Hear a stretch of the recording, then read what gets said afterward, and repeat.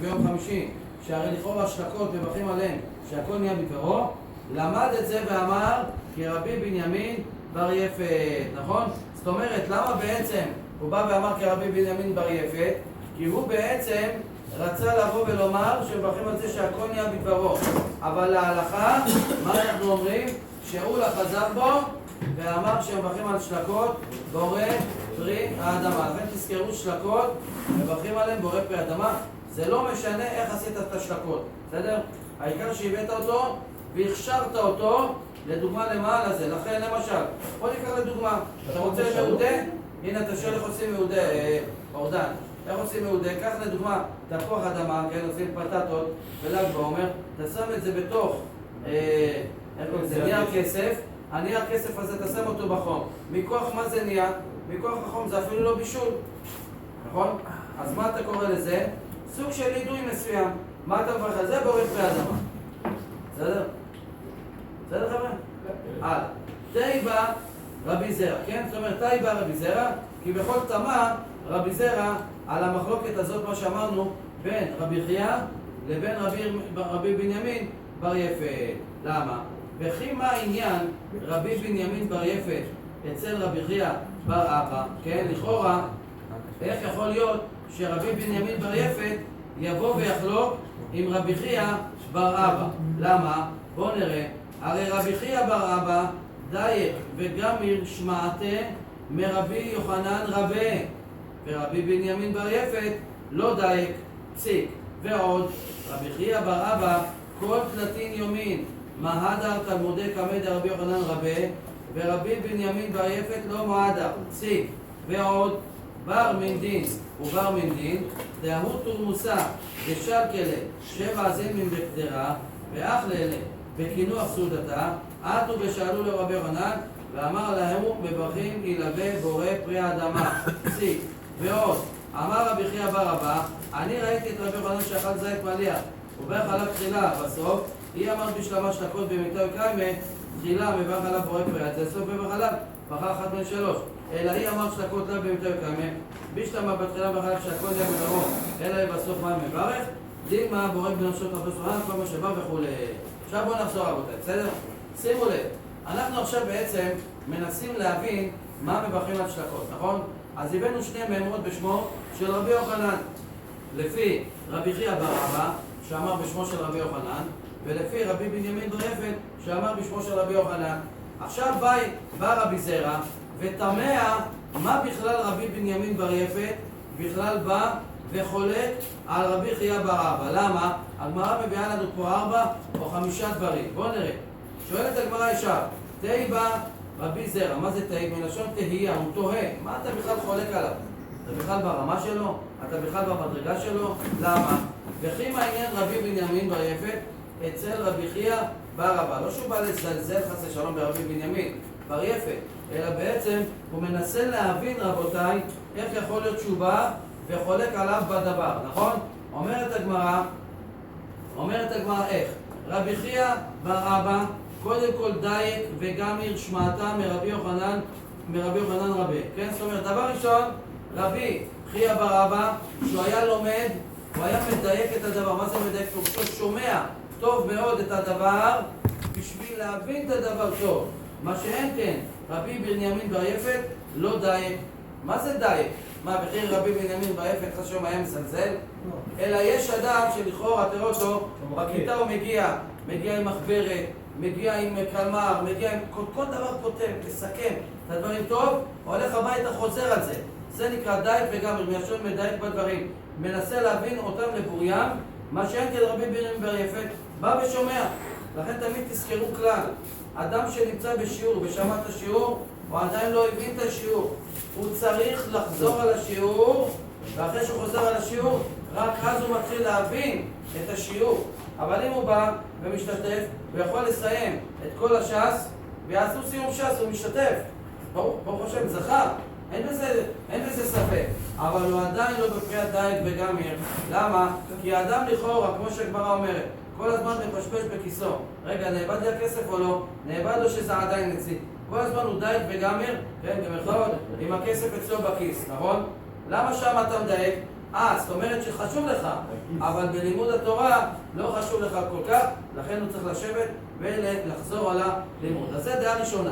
דבר שני, ועוד רבי חייא בר אבא, כל תלתין יומין, מהדר תלמודי קמא דרבי יוחנן רבה. כן, זאת אומרת, הוא היה חוזר על הלימוד שלו לפני רבי יוחנן, בסדר? יפה מאוד. עכשיו, למה דווקא 30 יום? כי ידוע שכל 30 יום יש עניין של התחדשות. מאיפה לומדים את זה? לומדים את זה מהעניין של הלבנה, נכון? אז יוצא שכל 30 יום היה חוזר. זאת אומרת, היה מסיים את ה-30 יום, ביום ה-30, ה-31 יש בזה מחלוקת, היה בעצם בא וחוזר על כל הלימוד שלו. לכן יש כאלו נוהגים כל שבוע לחזור על כל השבוע, וכל שבוע אחרי זה לחזור על כל שבוע אחרי זה, וכל ה-30 יום לחזור על כל החודש עצמו, סירקולציה. לא אומר כל השבוע אתה חוזר על כל השבוע, אז אתה לומד אותו דבר. ביום אחד, בכמה שעות אתה לומד את כל השבוע נשמע, עכשיו אתה נגיד לומד דף היומי, בסוף השבוע אתה חוזר 7 דפים. בסדר? אבל מה זה? אז תגיד לי, וואי, זה ייקח לו כל כך הרבה זמן. זה לא נכון. אם אתה כל יום למדת את היום דף עצמו, וחזרת ביום על הדף הזה, עשית, כן? זה כמו בספידומטר של האוטו, נכון? יש את הזה, ואחר כך את זה, ואחר כך את זה, ואחר כך את זה, ואחר כך את זה, ואחר כך את זה, נכון? אז בסוף השנה יוצא שאתה חזרת על הדף הזה מלא פעמים במהלך השנה. בכל חצי שנה הם חוזרים על כל החצי שנה, בסדר? עכשיו, זה לא שהוא באמת באותו יום חוזר על חצי שנה. אתה לא תספיק, אלא הוא מחלק לו את זה לקטעים, ואז הוא חוזר על זה, כמו אמרנו, המונה בתוך האוטו עצמו, בסדר? אז יפה, אז הוא היה בעצם בא וחוזר על התלמוד שלו לפני דרבי יוחנן רבה, ורבי בנימין בר יפת לא מהדר, לא היה חוזר, בסדר?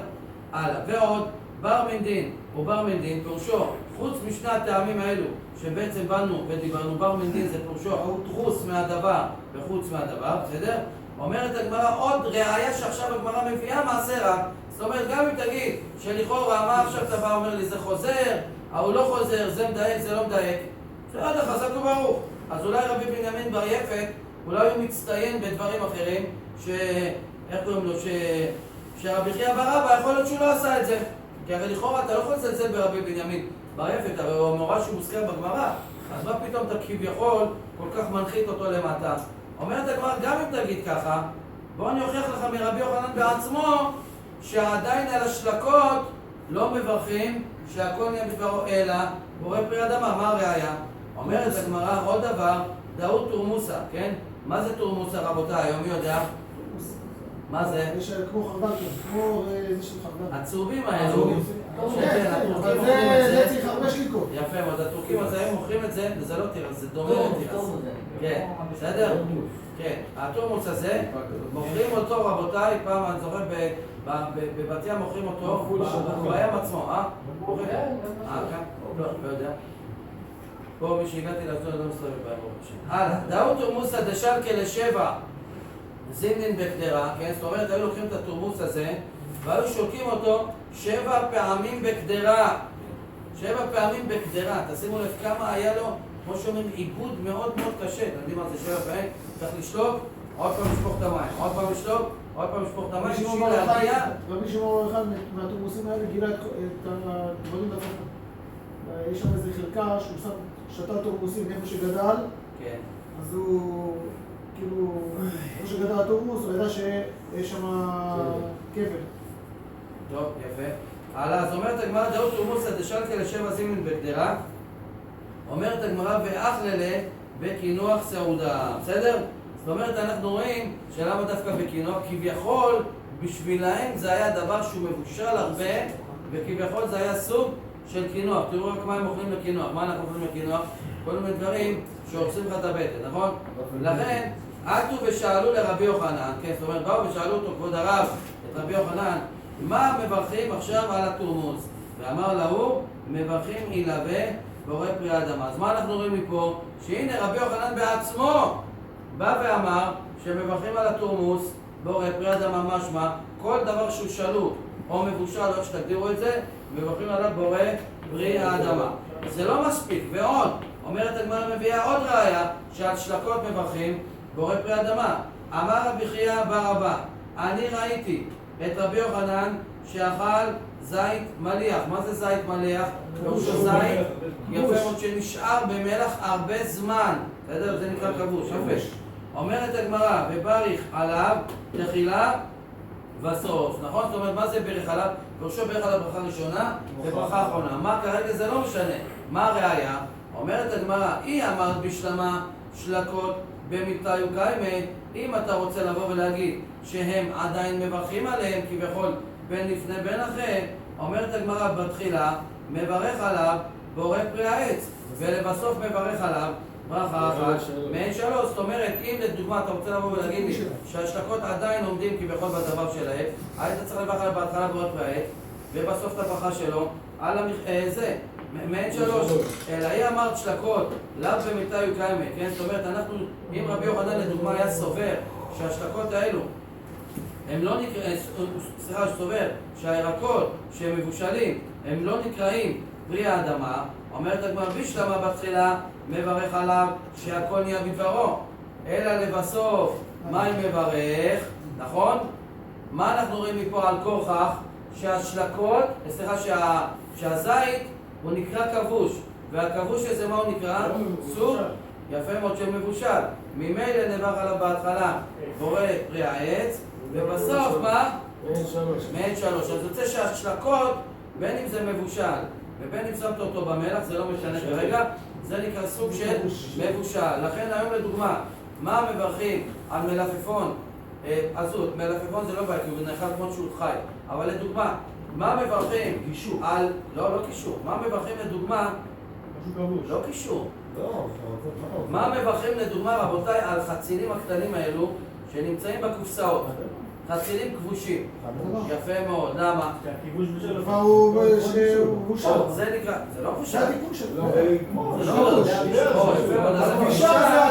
יפה מאוד. אז יוצא שהכבישה הפך את החציל, יפה, ועכשיו תדעו לכם, החציל הזה הוא יותר בעייתי, למה? למה החציל הזה הוא יותר בעייתי? הוא נוצר רק בשביל זה. הוא נוצר בשביל הדבר הזה. וגם, ומה עוד? הוא יותר קשה מחציל רגיל. כי הרי לכאורה, מה זה החציל הזה? זה כל הברירה של החציל הזה. זה לא דוגמה טובה, כי גם לפני שכבשת אותו הוא קורא את לא. לא נכון. איך אתה יכול לאכול זית? קח זית, להוציא זית ולאכול? אני בכוונה לא הבאתי דוגמה גם מהזית. מה? אתה יכול להוציא זית מהעץ ולאכול? הנה עכשיו דוגמה, ברור שיוציא זית מהעץ. לא, ברור. חבר'ה, למה אני אומר שזה יותר קשה? בשלמה נגיד יש אנשים, חבר'ה, בואו לא ניצור שיעור. אני אומר, בשלמה יש אנשים, לדוגמה, שכן אוכלים חציל גדול, נגיד חותכים אותו ואוכלים אותו. יש אנשים שאוכלים את זה, אין בזה בעיה. לכן אמרתי, זה לא דרך אכילתו. הקטן, אין דרך אכילתו. יפה, אין דרך אכילתו. אבל אם נגיד עכשיו... אם הוא רגיל באכילתו? או, אם הוא ברגע שהוא בחדמה, בסדר? אם הוא רגיל באכילתו אפילו אם הוא... זה מה פתאום? כי אוכלים בשר העולם. ברור, אבל אני אומר, הם בעדה שלהם אוכלים חציל. בסדר? יש לדוגמה עיראקים שאוכלים חציל. לא, אבל בהלכה יש כללים. נכון. הוא לא יכול להגיד מה, בגלל שהוא רגיל לאכול את החציל ככה, אז הוא יברך שבורא אתה פרי האדמה. מסתכל עכשיו לאו דווקא על רוב העולם, אתה מסתכל האם יש דרך כזה, בסדר? אין דרך אכילתו ואין רוב העולם עושים את זה ככה. יפה, איך אתה יודע מה הרוב? זה הכלל ב... נכון, איך אתה יודע מה הרוב? בחציל אני לא יודע מה הרוב. חציל? תפוח אדמה, מה, רוב האנשים אוכלים חציל יש ככה? הרבה אנשים... חציל אוכלים ככה? חציל זה לא, אבל זה נכון, הוא צודק. אבל אני מכיר אנשים אישית, בסדר? בשיעור יכול להיות שזה הקודם לא בעיה. מי שרגיל באכילתו ככה בטבעיות, אני מברך עליו. ברור, יש לך עוד דבר. בעיקרון זה הכל תמיד גם הוא צודק ברוב. אני אומר, אני מכיר אנשים שאוכלים חציל חי, בסדר? אם זה הרוב או לא רוב, אני לא יודע. טוב, חבר'ה, בוא נמשיך. יפה מאוד, אז בכוונה אני אומר, החציל הקטן הוא יותר בעייתי, כי הוא גם לא נאכל כמו שהוא. בסדר? אז אם אתה רוצה גם לאכול אותו...